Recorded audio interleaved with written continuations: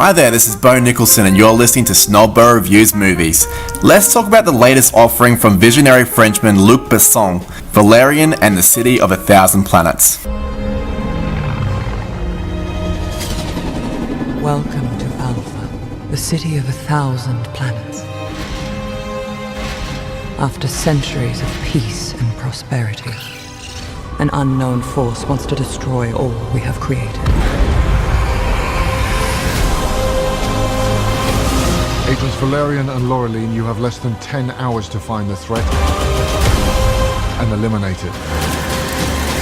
Let's get to work. Snoozing on a pretend beach with his pretend girlfriend, Valerian, played by Dane DeHaan, is woken up by a surge of energy that enters his body. This energy has brought visions with it, visions that Valerian must work out if they are dreams or memories projected to him by another person. With his pretend girlfriend/partner, Laureline, played by Cara Delevingne's eyebrows, he must also protect the commander, played by Clive Owen, become a fat alien with the help of Bubble, played by Rihanna, and protect the converter. I promise you, I'm not trying to make this sound more convoluted than it actually is. In fact, it gets much worse than that. Yeah, well, time flies when you're having fun. Okay, let me start with all of the good things about this film. The film's aesthetic is pleasing in some stages, particularly with the planet Mule, which is soon enough obliterated out of existence. And that's where the good ends. Okay, so now for all the bad things about the movie. Let's start with the fact that, I suppose it may have been intended to play out like a mix between the heady adventures of Star Wars with the CGI beauty of Avatar, but in fact it actually plays out more like a Spy Kids movie. Adapted from a graphic novel series but written for the screen by Luc Besson, who also directs, this movie has some of the worst dialogue I've heard in a cinema for a very, very long time. It's not quite Batman and Robin levels of cheese, but ballpark. I mean, what happened to Luc Besson? With movies like Leon the Professional and The Fifth Element back in the 90s, Besson was one of the most interesting directors around. Then we get movies like Valerian, which feels like he wanted to take a big risk visually, but the film ends up being bogged down in preschool morality lessons and nonsensical plot developments. There are a number of times in the film where I literally had to stop and think about what the hell was going on. Not because the film was intelligently positioning me for a big twist or reveal. In fact, I'd be pretty disappointed if a primary school student couldn't work out who the heroes and villains were within 20 minutes.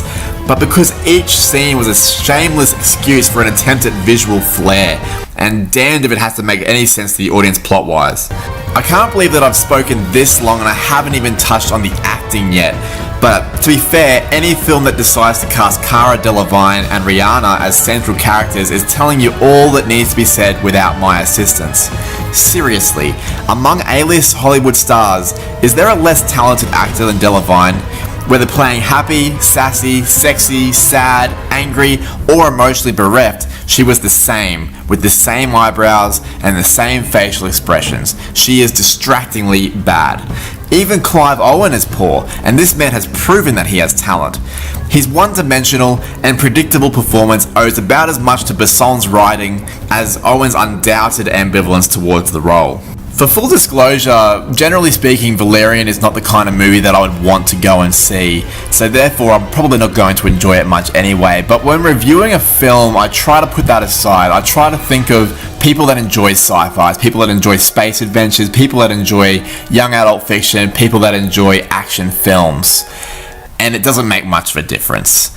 I've tried not to be one for hyperbole, but sitting through this 137-minute sci-fi adventure is about as interesting as painting your grandma's house, and almost as punishing a task. I honestly can't recall seeing a worse film in the cinema, and that is pretty extraordinary considering that I've seen The Fate of the Furious only a few months ago. Valerian and the City of a Thousand Planets is very disappointing, ineptly made, and gets a measly half a star from me.